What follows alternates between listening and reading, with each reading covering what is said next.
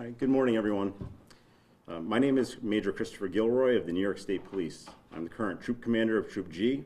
I am joined by Captain Robert McConnell, who commands the Troop G Bureau of Criminal Investigation, Lieutenant Patrick O'Brien, Troop G BCI Assistant Commander, Lieutenant Brian Vandenberg, the Assistant Commander of Troop G Zone 1, Rensselaer County Sheriff Kyle Borgolt, and the Rensselaer County District Attorney Mary Pat Donnelly. The New York State Police is currently investigating a homicide that occurred in Grafton, New York. I want to remind everyone that this is an ongoing investigation, and the information in this summary of the incident is preliminary and subject to change. On June 18, 2025, at approximately 6:36 p.m., Rensselaer County 911 dispatch received a call from a woman who identified herself as Whitney Fowler. Ms. Fowler advised that there was an altercation between herself and her husband, Joshua Fowler, at their home located at 385 South Road, County Route 85 in Grafton, New York, and she had requested police assistance. While on the phone, dispatchers heard what they believed to be gunshots. The 911 call was eventually disconnected.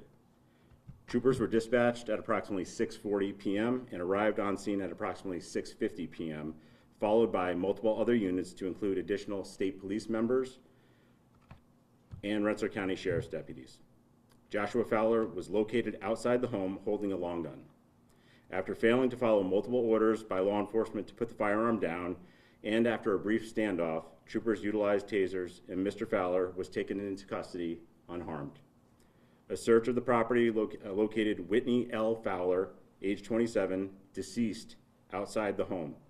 In addition, Wilson P. Fowler, age 55, and Anita L. Crandall, age 69, were located deceased inside the home. All three victims reside at the residence and had sustained gunshot wounds.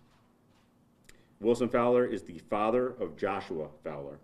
Anita Crandall is the step-grandmother of Joshua Fowler. An additional adult resides at the home but was not there at the time of the incident. South Road was closed between Johnson Road and Snyder Road for the investigation and has since been reopened. Following his arrest, Joshua M. Fowler, age 26, was transported to SB Brunswick for processing and has been charged with 1 count of murder in the first degree, 3 counts of murder in the second degree, and 1 count of criminal possession of a weapon in the second degree. He was arraigned at the Brunswick Town Court, where he was remanded to the Rensselaer County Correctional Facility without bail. The firearm involved was legally possessed and purchased by Wilson Fowler. The motive for this crime is still pending investigation, and our thoughts are with the victims' families and friends. I would like to take this time to thank the following agencies who assisted at the scene in addition to the agencies represented here today.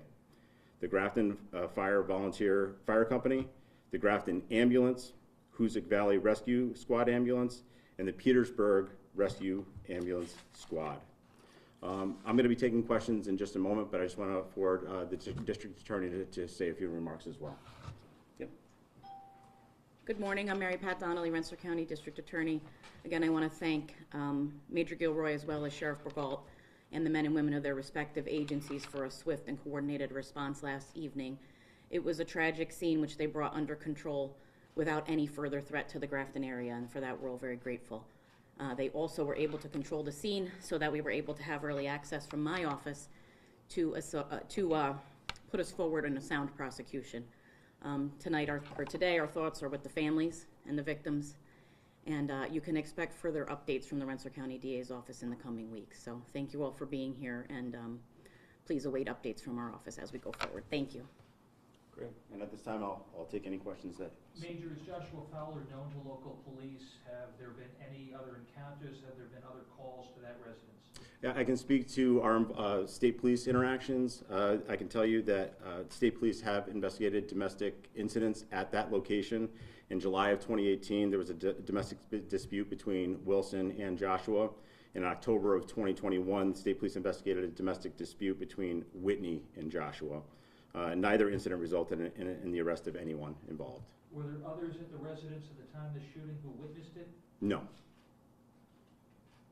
How many shots were fired? That's still being determined. Obviously, it's an ongoing investigation, and our forensic investigation unit, I believe, is still on scene currently, and that's yet to be determined. And were the victims found in one location, or were they scattered throughout the home? As I had mentioned, Whitney was found outside of the residence.